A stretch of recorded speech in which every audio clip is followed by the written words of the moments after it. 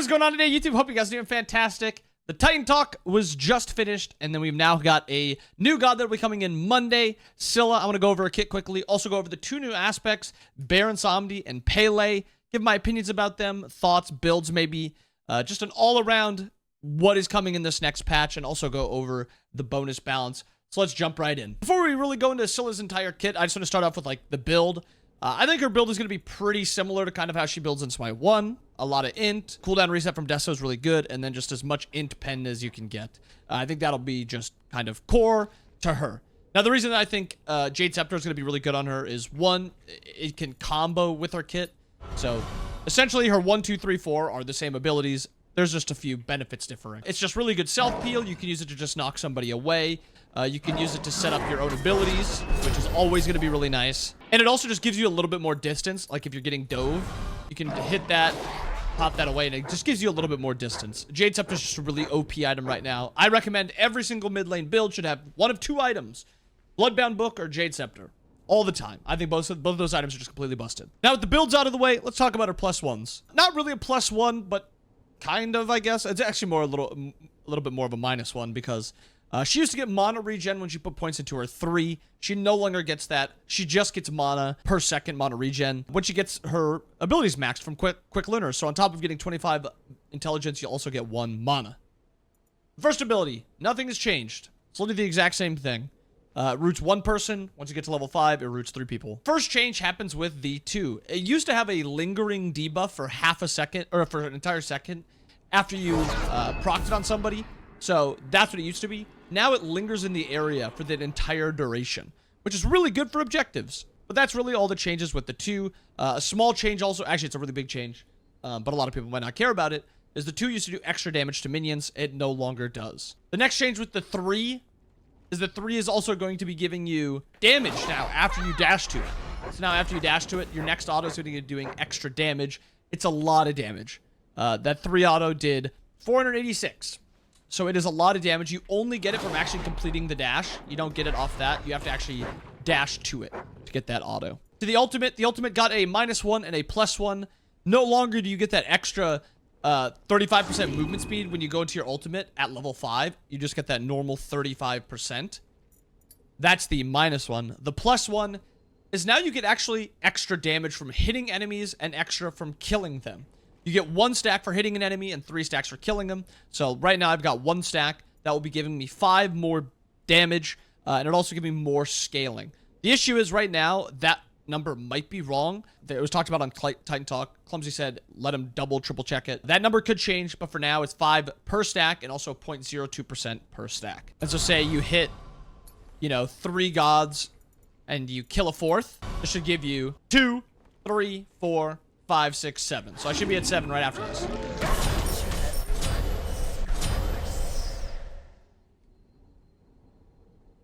I didn't think I was going to kill. And it looks like the Divine proc killing one of them doesn't give me that stack. But I got 2 kills off that ultimate. So it gave me 9. And then extra, every time I ult after that, it's going to be doing more damage. I was really curious if you could do it in Arena. And if somebody does this, send it to me, because I think this would be so funny. You get more stacking every time. So in an Arena game, and this only starts once you get that 5th point into your ultimate. You don't start getting stacks early game.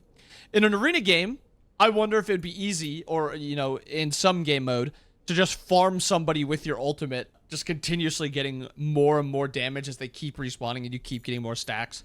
Because it really wouldn't be that hard, because you'll know when they're spawning and you'll keep getting more stacks. But either way, I think it'd be really funny. If somebody does that, send it to me. Next up, Baron aspect. And I think this is going to make him more of a mid laner than anything, but I think there's possibilities in solo lane also. A lot of his supporty utility stuff is gone, and he just gets a lot more damage from his aspect. The other awesome part, which makes it more important, is something with Baron's Brew, which we'll get into a second, but you're going to want to buy Baron's Brew if you ever go the aspect. So the first change with the 1, no longer do you have that reduced damage with reduced attack speed, I think it is. I think it's reduced attack speed or reduced something.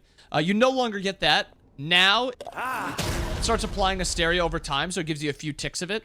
And with this Hysteria also, Hysteria over the cap, so once you get to 100%, the Hysteria starts doing extra damage. which is a lot. The nerf to the 1, so you lose the utility there. The 2 now no longer heals enemies out also. It's just yourself. Your 3 no longer explodes into the root. It now explodes into, I think it's damage. Oh, sorry, it no longer mesmerizes. It does still root, but it explodes and it does a dot, applying that bonus hysteria. And then lastly, your ultimate is that same thing. There's no nerf to the ultimate. It's just to the 1, 2, 3. The last change is now your ultimate can also be tossed every 20 seconds. So 20-second cooldown, you'll be able to throw the brew again. And the brew is crazy because the brew applies 30 hysteria, which is really, really good. But tossing out a bunch of abilities, getting it up. It's time. Free your souls to the others. A lot of damage can be done now. A lot of extra damage from the new Baron passive with the aspect. Again, build stays mostly the same. I don't think there's a ton of uniqueness with mid lane builds right now. Desso's incredible. Rod's incredible. Obshard is incredible. Jade Scepter is always going to be good.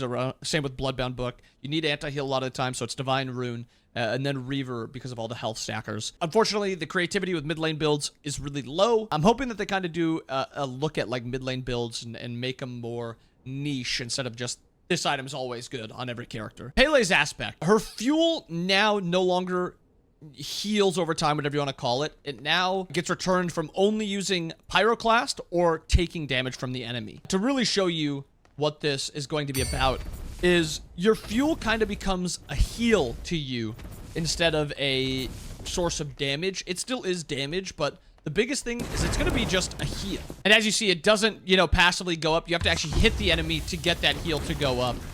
The big one does 20 instantly.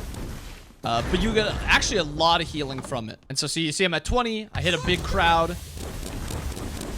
I guess it is only 1 per, but when you're above 50, you get a big heal of 50. When you go below 50, it starts, going out a little bit slower and it heals you a little bit less. All right, and this should be more of a solo lane aspect. On top of that, Everlasting Flame, your passive, now provides protections instead of the strength and lifesteal, and Volcanic Lightning no longer has strength scaling. Your 1 and your 2 mostly stay the same, though.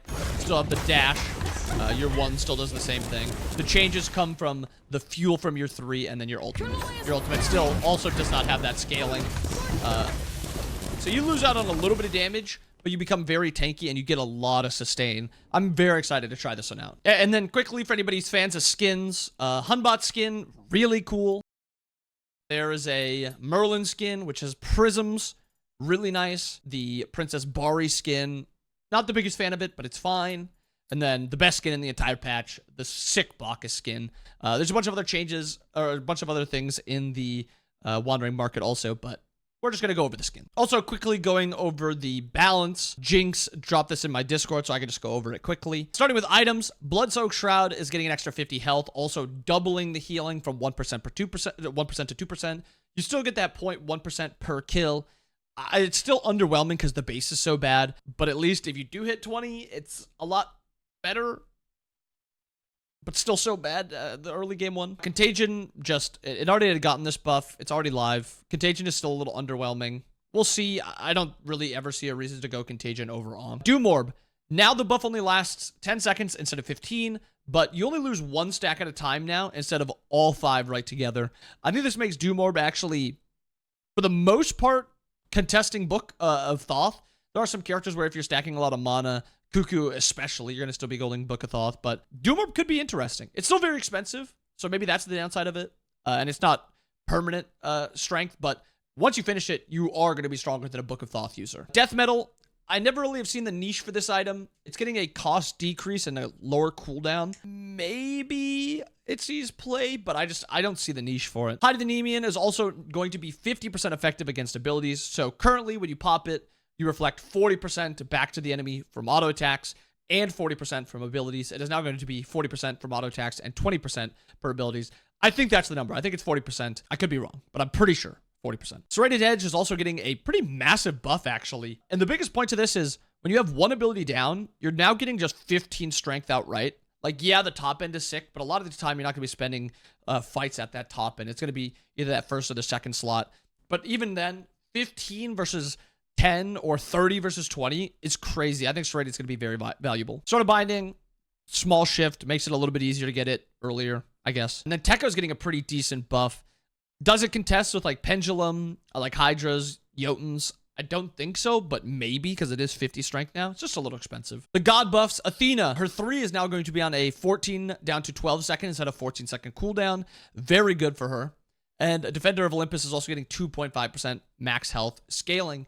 It is very easy to get high health now, especially with like Thebes, Yogis, all these things, Xerxes. I could see this being really frustrating, but Erosion just dropped. Is Erosion a little underwhelming? Yes. But you might just have to buy it most games. Ares, a couple nothing buffs for him. The ultimate, pretty whatever. I will say level 1 having 20 damage versus 15 is pretty substantial. But outside of that, it's not much. This is a buff to Ares clear though, level 1, which is very noticeable. Hecate, a little bit of a buff to her early game shield. I'm curious if this makes it so you don't want to max the 3, either first or second. Benny used to be a big believer in maxing Hecate 3 first.